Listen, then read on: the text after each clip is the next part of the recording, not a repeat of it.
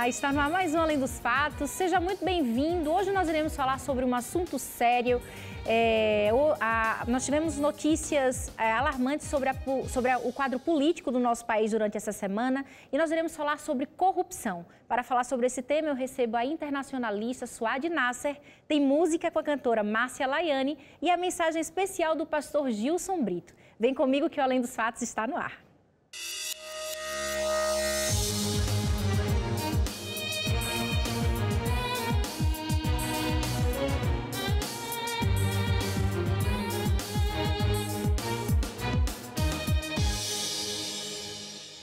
Pois é, semana passada nós não tivemos Além dos Fatos, eu estava com saudades de você, viu? Quero aproveitar e mandar um abraço para você que está aí do outro lado da tela, sempre ligadinho com a gente. Um abraço para o pessoal de Aracaju, Sergipe, especialmente para Kleber Souza, para William Zanoni, de Dois Irmãos, no Rio Grande do Sul, para Nayara Monteiro, de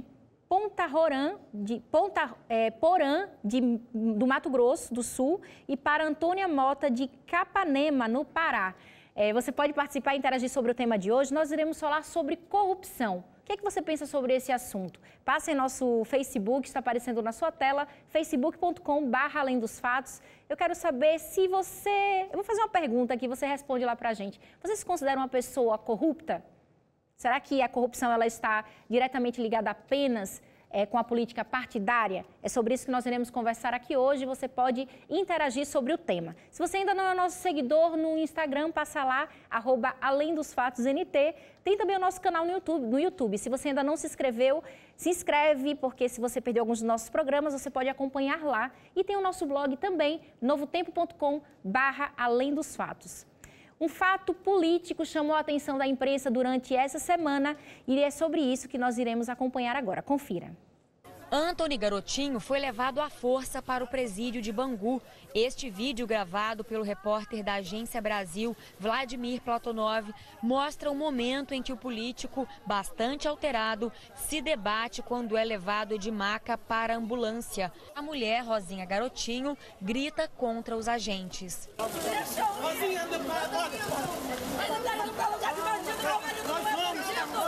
Governador do Rio entre 1999 e 2002, Garotinho foi preso pela Polícia Federal na última quarta-feira. Ele é suspeito de participar de um esquema de compra de votos em Campos dos Goitacazes, no interior do estado, onde atua como secretário de governo. Após ser preso, o político passou mal e foi levado para o Hospital Municipal Souza Aguiar. Segundo o advogado de defesa, ele tem pressão alta e corria o risco de sofrer um acidente vascular cerebral. Hoje pela manhã, Rosinha foi ao presídio de Bangu, mas não conseguiu visitar o marido. Ela criticou a transferência dele para a prisão. Arbitrária. Está sendo acusado de uma compra de voto, de um benefício social que nós damos para a população, que não tem prova nenhuma. Ainda se tivesse, era pena alternativa, nunca uma prisão. No despacho que autorizou a transferência, o juiz eleitoral Glaucenir Silva de Oliveira alegou que Garotinho estaria tendo regalias no hospital e que poderia contar com cuidados médicos no presídio.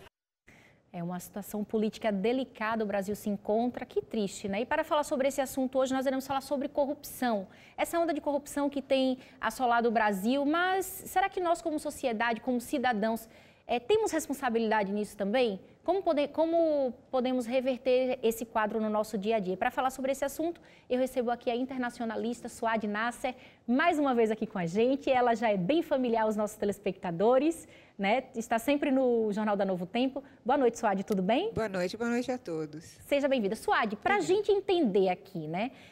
Primeiro, para quem está em casa, se situar, o que é corrupção? Corrupção é quando alguém quer obter algum benefício ou algum bem e, para que isso ocorra, ele acaba subornando um funcionário público ou um funcionário de alguma instituição, ou com dinheiro ou com bens, para ter acesso a isso que ele quer. E isso é ilegal, no caso. Uhum. Né? Mas a corrupção ela só está ligada, diretamente ligada a uma instituição Ou eu, como um cidadão, posso ser corrupto também? Eu posso cometer delitos também. No caso, a corrupção, nós estamos falando na parte política, que nesse hoje... primeiro momento. Nesse primeiro, que abrange o executivo, o judiciário e o legislativo. Certo. Porque a legislação sobre corrupção para essa área é diferenciada das empresas privadas. Agora, a corrupção na política influencia a sociedade a ter um comportamento, a cometer delitos no seu dia a dia também? O que ocorre é que o cidadão fica vendo esse tipo de atitude por parte do político e ele acaba perdendo totalmente o respeito pelo político, pela autoridade. E aí, em alguns casos, não são todos, não vamos generalizar, ele diz, bom, se ele pode fazer, eu também faço. Se ele está impune, eu também vou ficar impune. E acaba que todo mundo acaba se corrompendo. A gente sabe que por trás dessas denúncias existem interesses maiores também, mas não deixa de ser uma forma de ter uma perspectiva de melhora, né, da situação política do nosso país também. O que ocorre é que, em função de novas atitudes, de uma nova legislação ou de cumprimento de legislação que já estava aí, através de uma ética, agora chamada também de compliance, né, que as empresas estão trabalhando através de novos valores que já estavam aí, mas que agora estão sendo levados em consideração, isso tudo está fazendo com que o ser humano trabalhador, atuante numa sociedade, tenha como valores a ética e a sinceridade e o respeito ao próximo. Isso está sendo levado muito em consideração. Se você não tiver isso hoje, você não consegue nada na sociedade. Tá, agora o brasileiro, né, o Brasil, ele é muito conhecido até por outros países de ter esse costume de cometer pequenos delitos, né, no seu dia a dia, o jeitinho brasileiro, né? Como que o mundo vê o Brasil nessa relação? Ele é visto como um povo muito alegre, que releva muita coisa, mas ele tem como característica ser sempre apadrinhado. Ele precisa sempre de alguém que o leve até um cargo, que o faça chegar até algum lugar, alguém mais poderoso.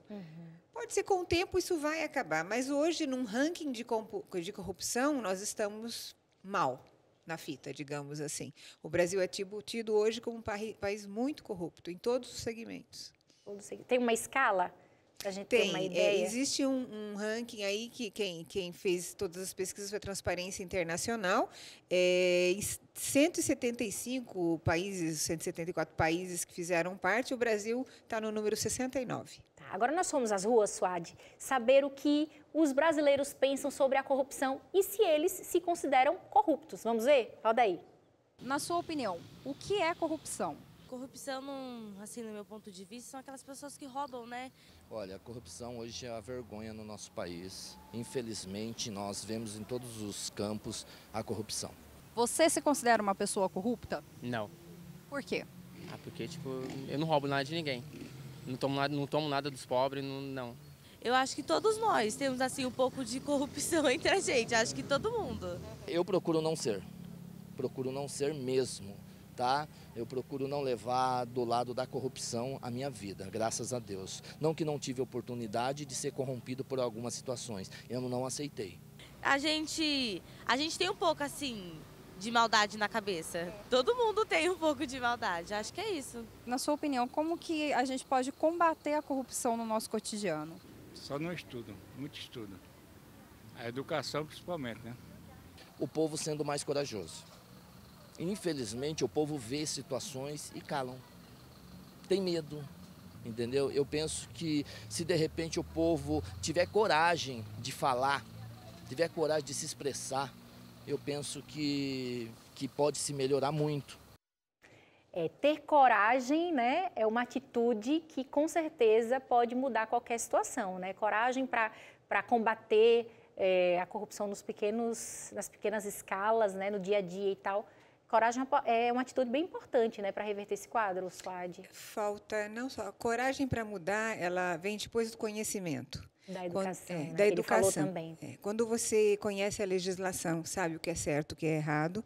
Seus deveres e direitos. Seus né? deveres, seus direitos, os valores que pautam toda a sua vida na sociedade, que mal vai fazer isso para o outro, porque quando um político, ou seja lá quem for, desvia dinheiro, tem um monte de criança morrendo porque não recebeu a vacina, porque não teve atendimento num hospital. E a população não tem noção disso ainda, que quando alguém está ganhando alguma coisa, alguém também está perdendo. Então, no dia que nós tivermos essa conscientização, no dia que a população tiver coragem para mudar isso, como esses juízes jovens que estão aí, que são verdadeiros heróis, que estão combatendo muita gente corrupta e colocando realmente a cara a tapa, aí sim vai valer a pena. Mudando a nossa história, né? Vai de um exemplo. A gente está tendo vários exemplos aí, é bom todo mundo seguir, né? Agora, o ser humano, ele é mau por natureza? Ele é corrupto, tem essa natureza corrompida por natureza? Tem vários filósofos que dissertam sobre isso, né? Alguns dizem que o ser humano é bom por natureza e que ele é corrompido pela sociedade. Existem outros que dizem que não, que ele já nasce mal e, em função das suas necessidades, ele vai atrás do que lhe bem aprouver, né? A gente tem que analisar que o ser humano, dependendo do local onde ele nasça, ele tem certos princípios e certos valores. Ele pode ser moral ou amoral, porque a moral não chegou até ele. O índio mesmo, quando ele caminha nu na mata, ele não sabe que ele está sem roupa. Nós, se tirarmos a roupa, seríamos imorais. Mas ele é amoral porque ele não tem essa noção, porque ele só viveu assim. Então, depende muito da sociedade onde ele foi criado. Agora, e ele é moldado através desses ensinamentos, é moldado através das experiências que ele teve. Nem somente bom, nem somente ruim, mas tudo o que é feito hoje através das teorias que são escritas por filósofos é a partir disso. Então, quando você defende que ele é totalmente bom, defende-se também que o Estado é responsável e tem que ser democrático para poder dar-lhe tudo o que ele precisa. Quando se defende que o ser humano é ruim, então defende-se um autoritarismo para controlá-lo, para que ele não haja com toda essa maldade, entende? São duas vertentes. São duas vertentes. Agora, Suade, quais seriam esses pequenos delitos, né, que a gente pode cometer no nosso dia a dia como cidadãos? No dia a dia, sempre a gente tenta se beneficiar, ou passar na frente do outro porque você está com pressa, só que o outro também está com pressa, né? Chegar no hospital e ser atendido antes que todo mundo, tem outro que está precisando mais do que você. Então, a gente tem que ter um pouquinho de altruísmo, se colocar no lugar do outro para saber exatamente qual é o nosso valor na sociedade. É empatia, né? Quando a gente se olha no outro, tudo muda. Muda. Agora, falando desses pequenos delitos, nós temos um exemplo aqui de uma reportagem, aquele sinalzinho amarelo, sinalzinho vermelho que a gente sempre ultrapassa, também é uma pequena corrupção aí que a gente faz no nosso dia a dia. Confira.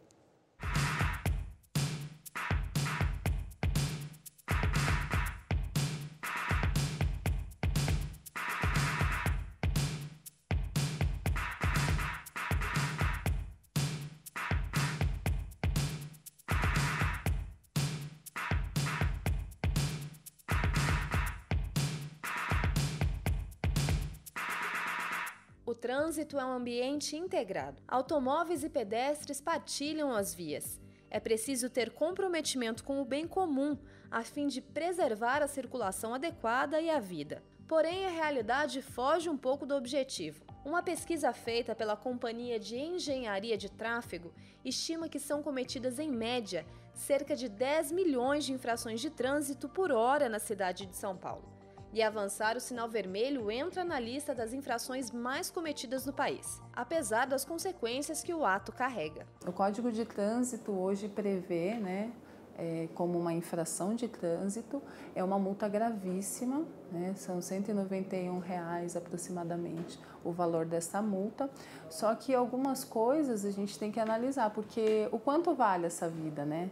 Será que essa multa, num atropelamento, vai trazer essa vida, essa pessoa que ele atropelou novamente? Então, eu acho que esse cuidado tem que ser muito maior, né? A pessoa, ela deve, por exemplo, seguir as regras de trânsito e obedecer à regra de trânsito, não porque ela está sendo motivada através de uma fiscalização ou não.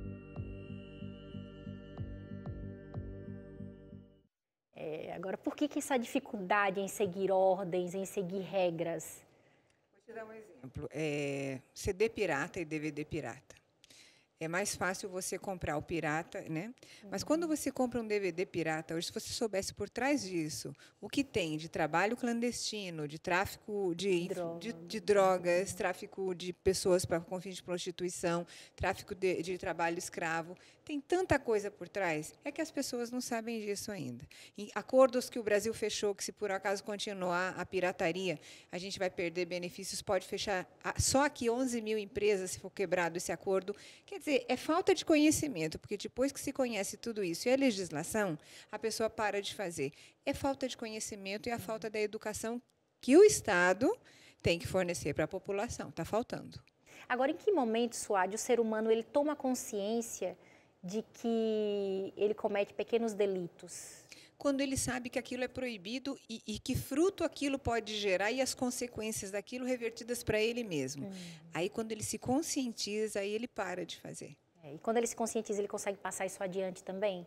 Depende, ele consegue passar adiante para quem quer aprender aquilo, porque para quem não quer aprender não adianta. Não tem... Não, quando a pessoa se beneficia e acha que é por ali, aí não tem jeito. Agora, como reverter esse padrão, né? De sempre ser beneficiado, de sempre dar um jeitinho no nosso dia a dia? É difícil. É educação, é cultura, é no dia a dia. Leva uma geração para mudar isso, viu? Não é do dia para a noite. Os países mais desenvolvidos levaram anos fazendo isso. A própria Coreia, né, que hoje está à frente de todo mundo, começou com a educação. Hoje está um dos primeiros lugares no ranking mundial em termos de educação. Não começou ontem e o resultado não veio hoje. Foi uma geração toda, quase 25 anos, até que chegou no que tem hoje. O Brasil deveria ter começado lá atrás. Infelizmente, não deu certo, né? Vamos ver se agora começa alguma coisa diferente. Tem que levar em consideração também que o Brasil é um país relativamente jovem. Jovem, né? Mas é que hoje, no mundo, não se leva mais em consideração o que você vai ter como profissão, com vias de verificar quais são os louros. Eu vou ser um engenheiro, eu vou ser um advogado, eu vou ser um juiz, um médico, para poder fornecer algum tipo de serviço para a população. Não. Hoje é quanto eu vou ganhar. Então, independentemente de você ter uma profissão que você leva muitos anos estudando, é preferível você cometer um outro tipo de delito e conseguir esse dinheiro da mesma maneira. Porque o que vale hoje é ostentação. É você ter e ostentar. Então, não está valendo muito a pena estudar. É muito difícil, é muito trabalhoso. Tinha que se mudar essa cultura. Aí a gente vai levar alguns anos, Leva alguns anos. Agora, quem comete pequenos delitos, né, numa esfera menor, comete esses delitos também numa esfera maior? Começa. No seu dia a dia e que a pessoa que vai para a política, ela... A partir do primeiro momento, quando eu começo a não atender o telefone e dizer, olha, eu não estou, né, ou estou ocupado. Fala que eu não estou, estou viajando, ou estou em casa, não estou fazendo nada, mas estou numa reunião. Eu me acho no direito de enganar o outro. A partir do momento que eu engano com pequenos delitos hoje, eu vou aprendendo a fazer isso cada vez melhor. Daqui a uns anos, eu estou enganando bastante gente. Né? Não respeito mais nem a população e nem os direitos dela. Né? E nem os deveres. E nem os meus deveres também. Então, é uma relação muito tênue aí. Eu tenho que respeitar todo mundo. Né? Respeito é muito importante. Muito importante. Suade, muito obrigada pela participação, viu? Eu que agradeço. Espero que você volte aqui mais vezes no Além dos Fatos. Muito obrigada. Obrigada. Pastor Gilson, tudo bom? Tudo ótimo, Pastor, graças pessoal, a Deus. Apesar do senhor ficar a semana inteira, né, com o pessoal ali, o pessoal já estava com saudades, viu? Foi, né? Já estava perguntando lá pelo senhor, quando que voltava como ao vivo, no Facebook. Estamos de volta, é um prazer estar com você e com você, é claro, aí em casa, que nessa hora está com a Novo Tempo, Canal da Esperança, assistindo Além dos Fatos. Agora eu quero saber, como é que foi a semana? Só bênção. Como diz o Jefferson Pilar, ele fala... Bênção pura, sem mistura. Sem mistura. Foi uma maravilha, graças a Deus. Eu quero, inclusive, agradecer a você que nos acompanhou aí durante toda a semana ou alguns dias da semana. Para mim foi uma experiência maravilhosa, o Senhor nos conduziu, ouvimos músicas inspiradoras, né? Com o Quarteto Arautos do Rei. E a palavra de Deus, quando a gente medita nela, é sempre muito rica e muito preciosa. Foi muito bom. Agora um detalhe, não acabou, né? Não acabou, tem continuação. Vamos enfatizar isso para você. Se você não sabe... A programação Em Busca de Esperança, semana passada, aqui na Novo Tempo, foi apenas a primeira fase do projeto. Porque nesta semana agora, até o próximo sábado, dia 26, continua Em Busca de Esperança, o mesmo programa, só que agora em todas as nossas igrejas. Igreja Adventista do Sétimo Dia. O nosso site está aparecendo na tela agora, né? É. Você pode acessar e encontrar a igreja mais próxima da sua casa. E se você não sabe, né, onde tem a igreja, talvez você até já saiba, mas se não sabe, entrando aí no site você encontra facilmente. São todos os pastores adventistas realizando essa programação e mais, Lu, milhares de pregadores voluntários. Programa lindo, nós os pastores aqui da Novo Tempo estamos realizando essa atividade lá em Guarulhos, que é aqui pertinho da Novo Tempo, mas a verdade é que por todo o Brasil, aí, de norte a sul, leste a oeste, a programação continua até o próximo final de semana. À noite, sempre às 7h30 da noite, a partir daí, e no sábado de manhã, a partir das 9 horas. Isso, então encontre a Igreja Adventista aí mais próxima da sua casa. Pastor Gilson, os abraços, né? Eles não podem faltar. Abraços. Eu vou começar com Adelício Gomes da Silva, de Jaú, São Paulo. Abraço para você, Adelício. Muito obrigado por seu carinho. Também para Priscila Soares, do Rio de Janeiro, capital. Para Sinara Felau, de Bom Retiro, São Paulo. Para Vera da Silva, de Foz do Iguaçu, no Paraná. E para Regina Oliveira, de Salvador, na Boa Terra, na Bahia. E terra boa. Agora, pastor, quem quiser conhecer um pouco mais sobre a Bíblia, né? Isso. Esse livro que a gente fala aqui todos os dias, né? Todas as terças e quintas-feiras aqui no Além dos Fatos. Como é que faz? Nosso presente para você. Revista... Viu? Falei diferente hoje. Foi. Você não falou, não tem presente? Revista Verdades para o Tempo do Fim. Realmente é um estudo bíblico maravilhoso. Se você ainda não tem, é só pedir que a gente lhe manda pelo correio, não vai lhe custar absolutamente nada. É um presente mesmo. Estudando a revista, você vai compreender temas profundos da Bíblia.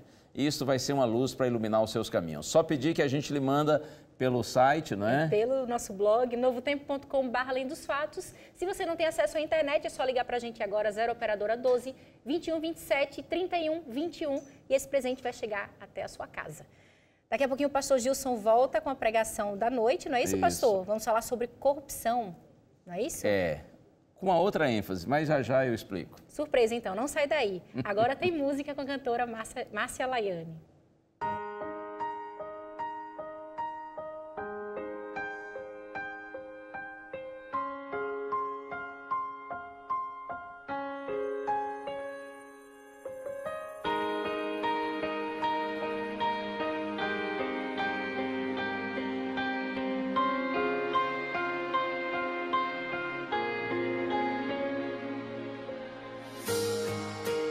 Por tanto tempo havia buscado sem encontrar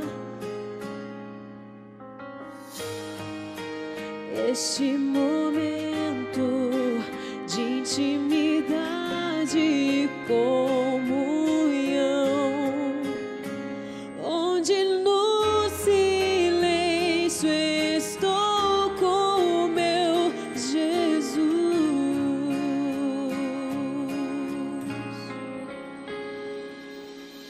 Aqui eu quero estar, tua santidade olhar, respirando os ares do teu grande amor.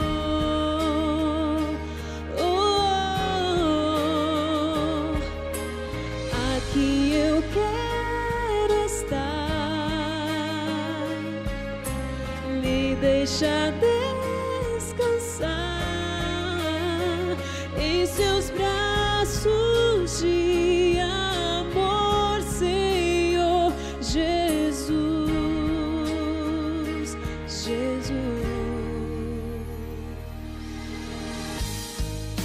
já não brotava dentro de mim esse manancial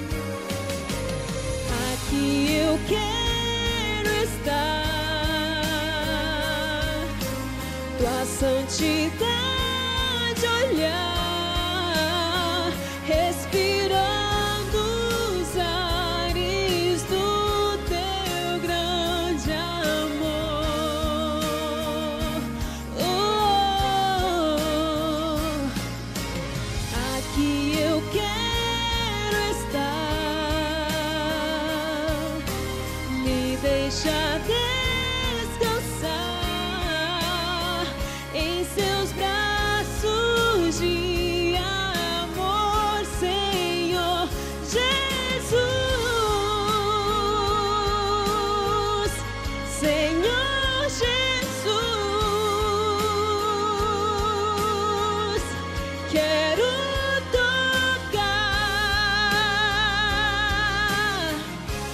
teu coração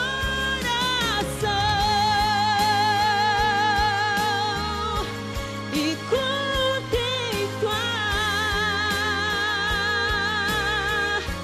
tua santidade, tua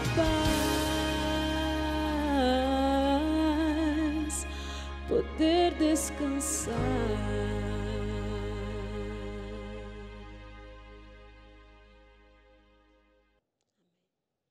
Glórias e louvores àquele que era, que é e para sempre será nosso bendito Deus. Como o Senhor é bom, não é? Oh, o Senhor é maravilhoso. A Ele todo louvor, toda glória e toda honra para todo sempre. Estamos juntos mais uma vez. Obrigado por sua companhia. Você que está nos assistindo agora, nessa terça-feira à noite, ou você que vê a reprise quarta de manhã ou quinta de manhã. Como é que a gente sempre diz? Seja de noite ou de dia, muito obrigado por sua companhia. E um detalhe, eu mencionei agora há pouco, mas a Bíblia diz que a boca fala daquilo que está cheio o coração. A gente está tendo uma semana muito especial em todas as nossas igrejas adventistas do sétimo dia, a semana em busca de esperança. E aí, você já foi à igreja? Hoje mesmo foi à igreja? Foi ontem? Foi no final de semana anterior? E aí, gostou? Foi bem recebido? Oh, espero que sim. Espero que você tenha ido e vai continuar indo, mas se você ainda não foi, procure logo uma igreja que esteja aí mais próxima de sua casa e nos dê a honra de fazer uma visita, de ir ao culto, de participar da adoração a Deus conosco. Nós vamos lhe receber com muito carinho, tá bem? Essa programação especial, então, segue até o próximo sábado. Algumas igrejas vão estender até o próximo domingo, dia 27. Então, participe com a gente. Tem uma palavra viva, tem uma palavra de Deus, tem uma palavra de esperança para você lá na igreja. É só você ir reservar esse tempinho e eu tenho certeza que você será muito abençoado. Vamos orar então, para a gente em seguida refletir em nosso tema de hoje. Pai querido, nossa gratidão, Senhor, por estarmos nesse momento, prontos para recebermos Tua palavra. Por todas as bênçãos nós Te louvamos e a compreensão, Senhor, da Tua mensagem, por essa compreensão nós clamamos, em nome de Jesus. Amém. Esse tema da corrupção, ele tem sido recorrente aqui no programa Além dos Fatos, porque você sabe, é assunto de todo dia nos nossos noticiários, não é? Lamentavelmente, o nosso país vai cada vez sendo mais conhecido por esse aspecto lamentável da corrupção. Mas, com certeza, o povo brasileiro quer que se limpe o país, né? O povo quer uma faxina geral e o povo está certíssimo. Agora, é claro, queremos que tudo seja feito com justiça. Que, independentemente de quem seja, o nome que tenha, conhecido ou desconhecido, independentemente do partido político ou que não tenha partido político, isso não importa, independentemente de ser político, de ser empresário, de ser advogado, o que nós queremos, o que o Brasil quer é que se faça justiça. Que nenhum inocente seja condenado, se é que tem algum inocente aí nessa parada, não é? Mas, por outro lado, que nenhum culpado seja inocentado. O Brasil quer, o povo quer, nós queremos que se faça justiça, que se cumpra a lei no seu rigor, para que a gente possa realmente mudar esse quadro tão lamentável que tem caracterizado o nosso país no exterior, não é? Como o país da corrupção. Nós, como eu disse, já tratamos desse assunto aqui mais de uma vez, inclusive salientando o oposto da corrupção, que é o valor, a importância de uma vida honesta, de uma vida íntegra. Mas eu quero hoje pensar nesse item relativo à corrupção por um outro ângulo, num outro sentido, no aspecto religioso, no aspecto espiritual. Quando a gente vê a história cristã, especialmente os primeiros séculos da igreja cristã, é fácil perceber que os cristãos sofreram tremendas perseguições. Muitos deles foram presos, foram torturados e foram assassinados, porque era uma tentativa do inimigo de Deus de sufocar o cristianismo, de impedir o desenvolvimento da igreja cristã. Razão porque muitos cristãos foram martirizados, assassinados pela fé que eles professavam, pela confiança deles em Deus, pela pregação do Evangelho. Isso aconteceu aos milhares. Talvez você já tenha ouvido essa expressão de que o sangue dos cristãos era como semente. Assim como uma semente que é lançada na terra e de repente ela vai germinar e vai produzir uma planta e essa planta produzir muitos frutos, o sangue dos cristãos era como semente, porque quanto mais se perseguia e se assassinava os cristãos, mais o cristianismo crescia. As pessoas que assistiam as cenas de horror, onde cristãos eram jogados às feras, cristãos eram queimados vivos, cristãos eram mortos à espada. As pessoas que viam essas cenas, elas se impressionavam ao ver a tranquilidade, a nobreza, o porte nobre dos cristãos, alguns que inclusive morriam cantando, morriam recitando versos da Bíblia. Então, a impressão positiva causada nas pessoas que assistiam levava muita gente a estudar a Bíblia e descobrir por que eles tinham tanta convicção, por que eles tinham tanta paz, eles tinham tanta esperança, eles eram tão nobres, tão dignos, mesmo diante da tortura e da morte. O sangue dos cristãos era como semente. Bom, isso nos 3 primeiros séculos da era cristã. Quando a gente chega ao 4º século, a gente percebe o seguinte: o inimigo de Deus, percebendo que com a perseguição e o martírio ele não sufocava o cristianismo, pelo contrário, o cristianismo crescia ainda mais, aí a gente nota uma mudança de estratégia. Aliás, não que a perseguição tenha acabado por completo, mas o inimigo agora, ele coloca uma nova estratégia, ele acrescenta uma estratégia na tentativa de destruir o cristianismo. E o que a gente percebe é que há uma tentativa de aproximar o cristianismo com o paganismo. Quando você estuda a história, você vê que no 4º século o imperador romano era Constantino. Constantino viu que o cristianismo estava crescendo no império.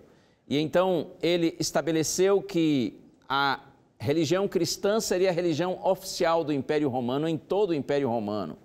Muitos cristãos pensaram que isso seria uma bênção para a igreja, mas foi exatamente o contrário. Tornou-se uma maldição. Constantino, inclusive, diz a história, ele se batizou. Ele passou a ideia de que estava assimilando, que estava aceitando, se convertendo ao cristianismo. Mas os fatos mostram que foi só uma estratégia. Foi só uma estratégia política. Você já viu aquele ditado, quando você não pode contra o inimigo, una-se a ele? Foi exatamente isso que Constantino fez. Ele aproximou o Estado da igreja, uniu igreja e Estado, e como eu disse, o que alguns cristãos pensaram que seria uma bênção, na verdade se tornou uma maldição. No ano 321 da era cristã, Constantino decretou que em todo o Império Romano, o dia especial dos cristãos, que como eu disse, seria a religião oficial do Império, seria o dia de domingo. Em realidade, Constantino, ele era ligado ao paganismo. Ele era um adorador do sol. E então, quando ele estabeleceu o domingo como sendo o dia de guarda para todo o Império Cristão, ele estava fazendo uma fusão entre o cristianismo e o paganismo. E a Bíblia diz, e a história registra isso, aliás, que a partir desse 4º século, muitas outras heresias, elas penetram na igreja cristã. Como, por exemplo, a ideia de salvação através de obras meritórias. Outro aspecto, a doutrina da imortalidade incondicional da alma. Outro aspecto, essa doutrina do tormento eterno no inferno de chamas, de fogo. Todas essas heresias, elas foram penetrando na igreja cristã a partir do 4º século. Com essa proximidade entre o cristianismo e o paganismo. Alguns historiadores chegam a dizer que o cristianismo, na verdade, tornou-se um paganismo batizado. Exatamente por conta dessa fusão entre cristianismo e paganismo, de todas essas heresias do paganismo terem gradativamente penetrado na igreja cristã. Essa é uma estratégia do inimigo. Ele aproxima, mistura o erro e a verdade com a intenção de nos confundir, com a intenção de nos enganar. E ainda hoje o inimigo está usando a mesma estratégia. Lá em Provérbios capítulo 14, verso 12, está escrito, é um verso conhecido, lá está dito assim, há caminho que ao homem parece direito, mas ao final dá em caminhos de morte. Olha que interessante, repito, há caminho que ao homem parece direito, mas ao final dá em caminhos de morte. São, na verdade, caminhos de morte que parecem caminhos de vida. E a gente precisa estar muito atento, nós precisamos ter muito cuidado, porque, repito para você, o inimigo ele tenta aproximar e misturar a verdade e o erro com a intenção de nos confundir e nos enganar. Nós estamos vivendo a chamada era pós-moderna. E afirma-se que nesse tempo em que nós vivemos, não existe verdade absoluta. Cada um, essa é a ideia pós-moderna, cada um tem sua própria verdade. Você tem a sua, eu tenho a minha, não existe uma verdade absoluta. E, lamentavelmente, muitos cristãos têm trazido para dentro do cristianismo essa ideia. Cada um tem sua verdade de acordo com suas impressões, com suas experiências, com seus interesses. Por isso, muitos cristãos vivem segundo os seus próprios pensamentos, sua conveniência, sua vontade. Parece que o que realmente vale é o que eu penso e não o que Deus diz. Isso é muito perigoso, não é? Eu quero convidar você então para a gente abrir já a Bíblia no profeta Isaías. Aqui a gente tem um texto assim de advertência bem forte.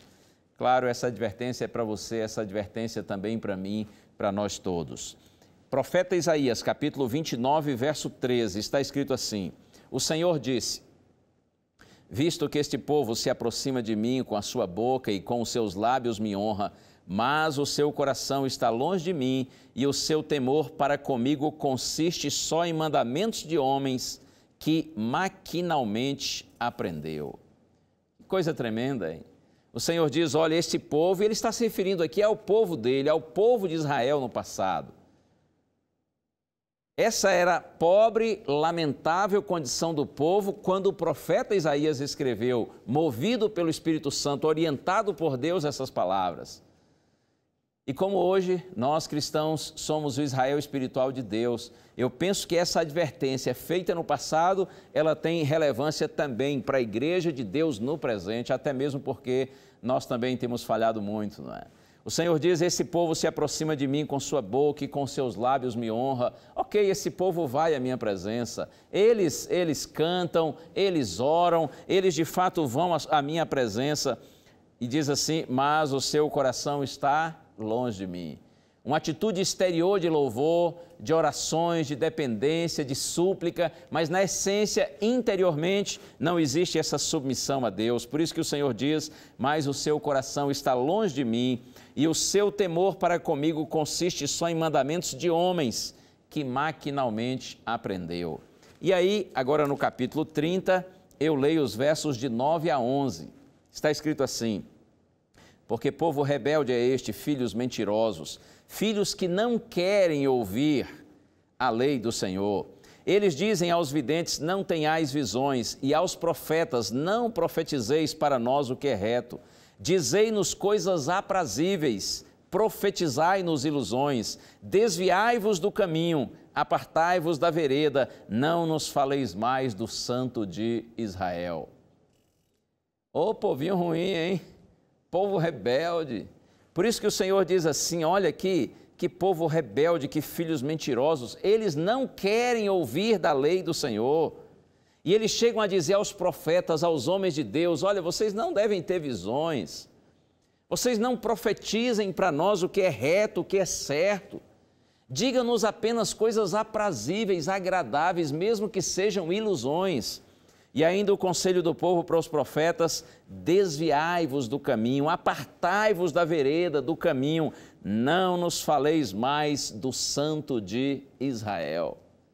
Tremendo, hein? Você me dirá, pastor, esse aqui era o povo de Deus? Sim, era o povo de Deus. O povo de Deus que nesses dias estava apostatado, estava distante da vontade do Senhor. E lamentavelmente eu penso que nós cristãos na atualidade não estamos muito distantes disso aqui. Lamentavelmente, há uma corrupção espiritual, há uma corrupção religiosa. que sutilmente o inimigo tem colocado dentro do cristianismo. Por isso que nós precisamos estar muito atentos. Hoje, existem muitos cristãos completamente descomprometidos com a obediência, com a santificação. Por isso que o nosso testemunho é muitas vezes fraco, ele é tímido, é infrutífero. Muitas pessoas por aí não veem diferença alguma entre a maneira de ser e de viver dos cristãos e a maneira de ser e de viver daqueles que não são cristãos. Muitas vezes nós cristãos estamos envolvidos com as mesmas diversões dos outros, nos vestimos do mesmo jeito que os outros, nós falamos as mesmas palavras que os não cristãos falam, nós frequentamos muitas vezes os mesmos ambientes que os outros frequentam, nós comemos e bebemos as mesmas comidas, assistimos aos mesmos programas de televisão, enfim, muitos que se dizem cristãos, eles têm uma vida semelhante, se não igual, a daqueles que não professam o cristianismo. Na semana passada, durante o nosso programa de rádio pela manhã, na Rádio Novo Tempo, num dos dias o pastor Ivan Saraiva esteve conosco. E ele disse uma frase simples, mas que ficou na minha cabeça. Ele disse assim: o que nos define como pessoas, como indivíduos, o que nos define não é o que nós falamos. E ele disse: nem mesmo o que nós pensamos ou cremos, mas o que nos define para valer é o que nós fazemos. Estas palavras são sábias, elas são verdadeiras, é assim mesmo.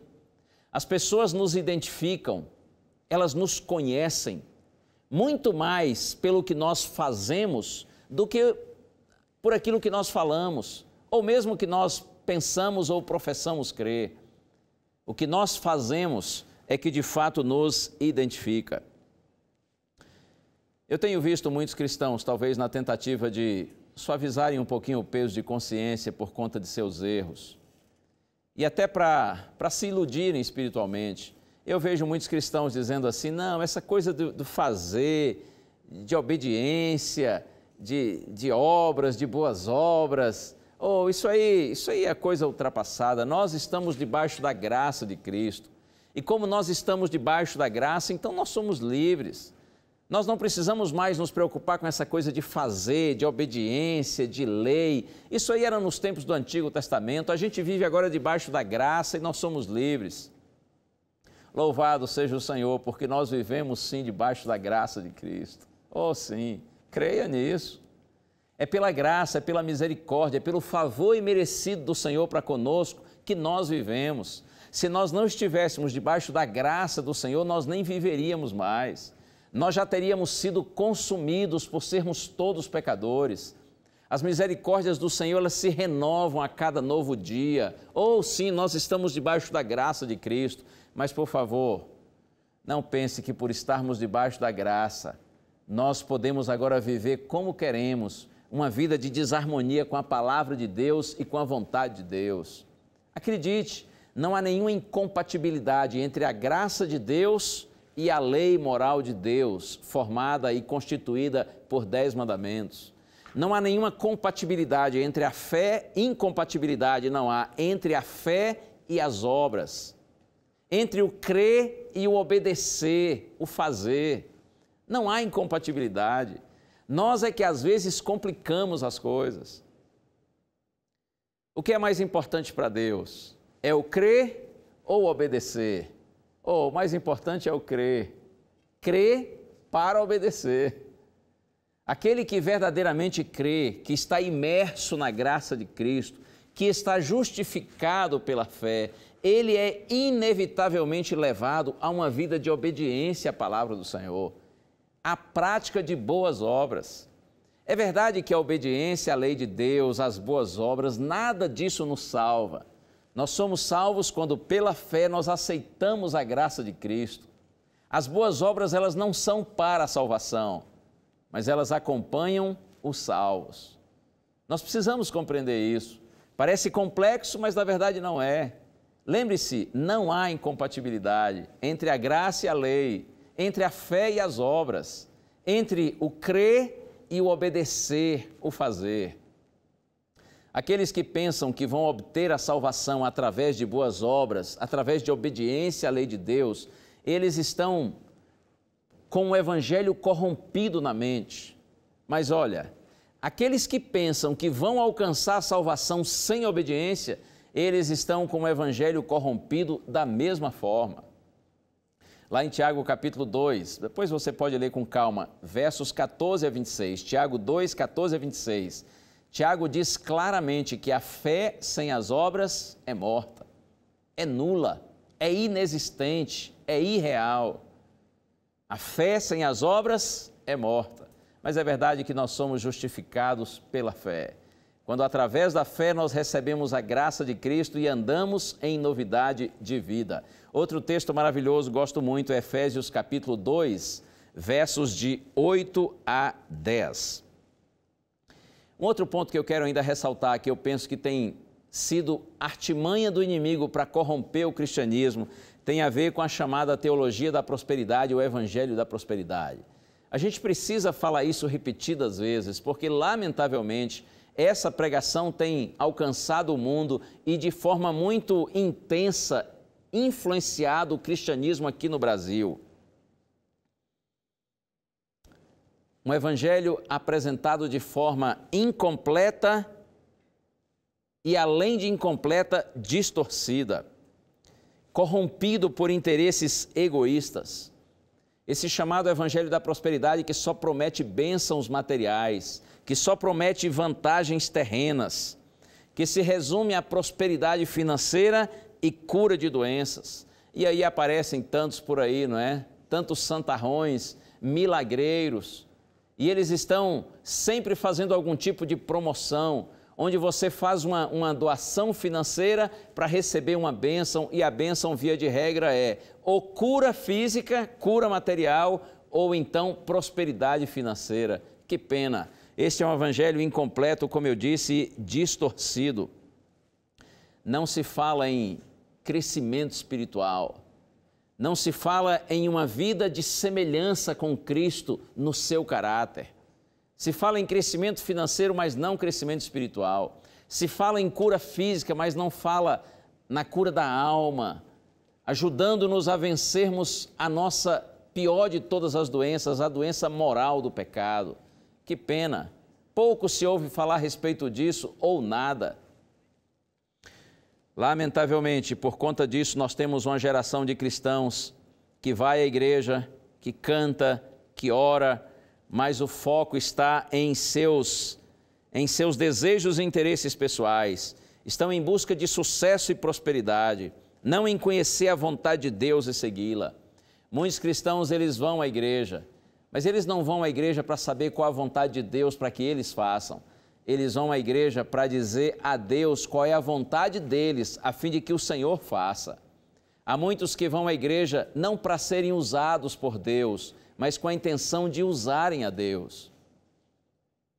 Os primeiros cristãos, eles estavam dispostos a dar a vida pelo Senhor, por Cristo.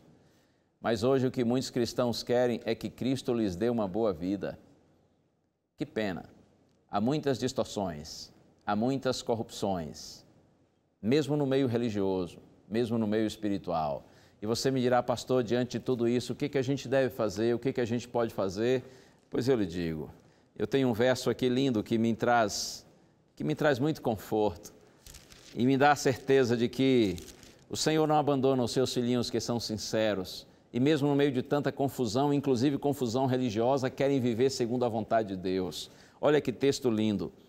Salmo 25, verso 12. Ao homem que teme ao Senhor, Ele o instruirá no caminho que deve escolher. Você realmente adora a Deus, você teme a Deus, não no sentido de ter medo de Deus, mas você reverencia a Deus, você reconhece que o Senhor é Deus e você coloca Deus no seu devido lugar, que é o primeiro lugar na sua vida. Então a promessa é: o homem que teme ao Senhor, Ele o instruirá no caminho que deve escolher. E no verso 14, a intimidade do Senhor é para os que o temem, aos quais Ele dará a conhecer a sua aliança. A intimidade do Senhor, os segredos do Senhor são para aqueles que o temem, aos quais, diz o salmista, Ele dará a conhecer a sua aliança. Continue buscando o Senhor de todo o seu coração. E a forma de você saber qual é a vontade de Deus para a sua vida está na sua palavra. estude a Bíblia, creia e viva segundo assim diz o Senhor. Forme seus pensamentos a partir do que Deus diz, porque a segurança do povo do Senhor sempre esteve, está e estará no assim diz o Senhor, na palavra de Deus. O inimigo pode corromper o cristianismo tanto que ele quiser, mas a palavra do Senhor continuará como luz clara, inequívoca, para guiar o seu povo à verdade e à vitória final. Vamos ouvir a música. A Márcia Laiane vai cantar e eu já volto com você.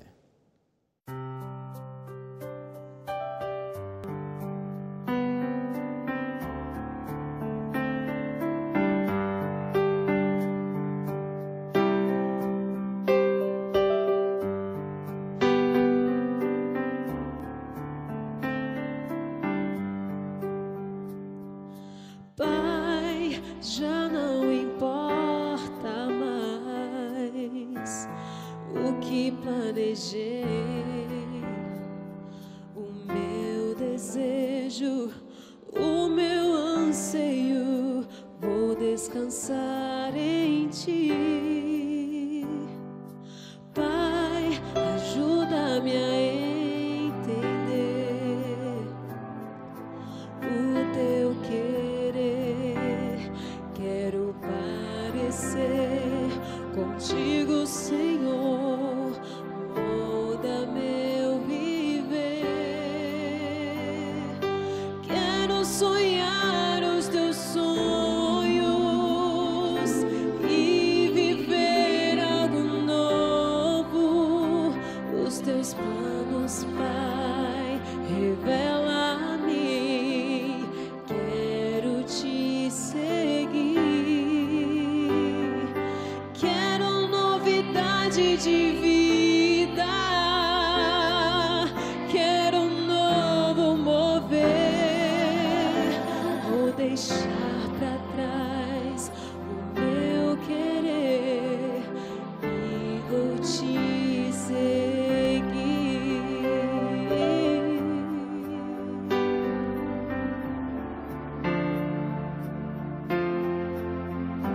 Ó Pai, já não importa mais o que planejei, o meu desejo, o meu anseio, vou descansar em Ti.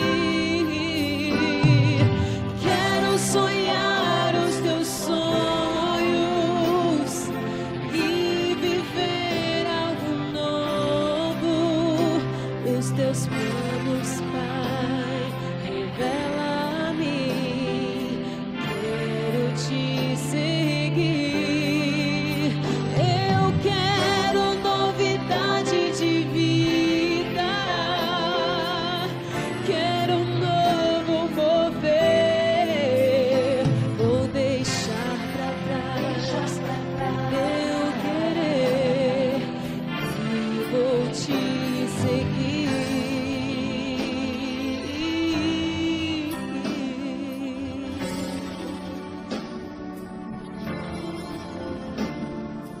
Oh, eu quero sonhar os Teus sonhos, Senhor, e viver algo novo. Os Teus planos, Pai, revela a mim. Eu quero Te seguir. Quero novidade de vida.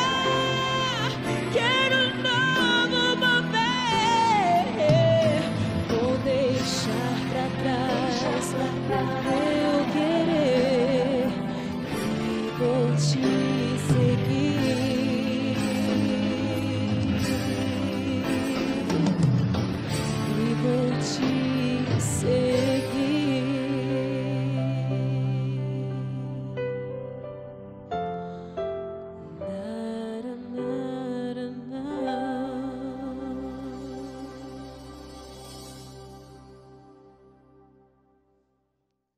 Essa é a oração que o Senhor ouve e atende prazerosamente. Quando nós desistimos dos nossos próprios planos, dos nossos próprios interesses, da nossa vontade, e decidimos viver segundo os planos de Deus, os interesses de Deus, a vontade de Deus. E creia, quando você se coloca nas mãos do Senhor e decide viver segundo os planos dEle, o mais abençoado, o mais feliz se torna você mesmo.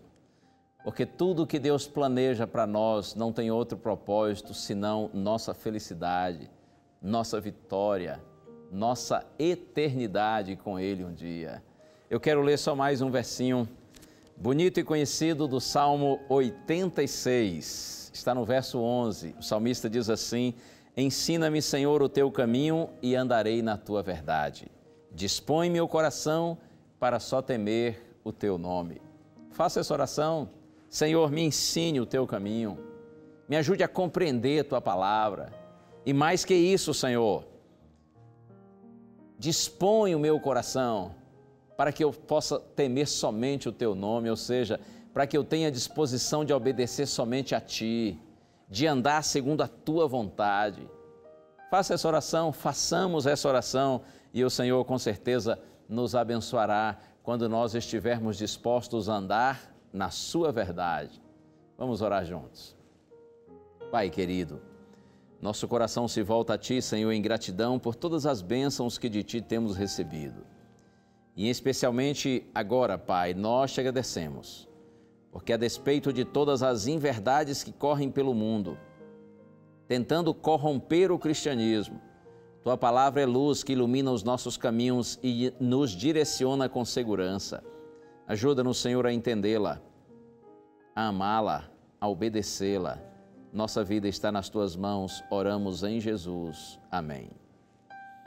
E assim, fica com a gente a palavra de Deus que diz que a fé é a certeza de coisas que se esperam e a convicção de fatos que não se veem.